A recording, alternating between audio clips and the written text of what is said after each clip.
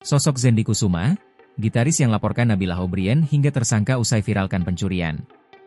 Zendi Kusuma, seorang gitaris yang melaporkan selebgram Nabila O'Brien ke Bareskrim Polri atas kasus dugaan pelanggaran UU ITE, pencemaran nama baik, dan fitnah, berujung jadi tersangka. Laporan tersebut dilayangkan Zendi Kusuma lantaran video saat dirinya dan sang istri tidak membayar makanan di restoran Nabila O'Brien viral di media sosial. Kini, Nabila O'Brien yang diduga makanannya dicuri Zendi Kusuma justru menjadi tersangka. Nama Zendi Herdian Kusuma mungkin sudah tidak asing lagi di kalangan penikmat musik instrumental tanah air. Zendi dikenal sebagai musisi, komposer, sekaligus pendidik musik yang telah meraih berbagai pencapaian, baik di dalam ene.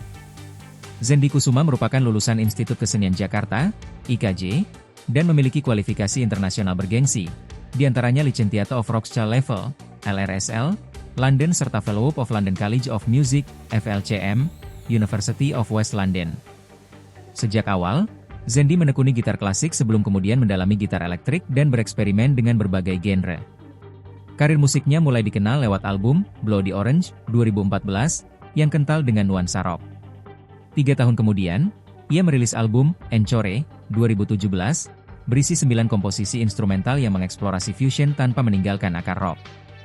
Salah satu karyanya yang populer adalah Tears of the Smile, lagu instrumental yang sempat dipentaskan di Kyoto, Jepang. Selain merilis album, Zendi juga aktif berkolaborasi dengan musisi papan atas, baik internasional maupun nasional.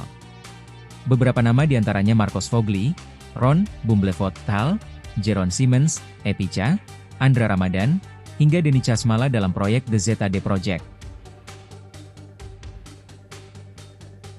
Download Tribun X sekarang, menghadirkan lokal menjadi Indonesia.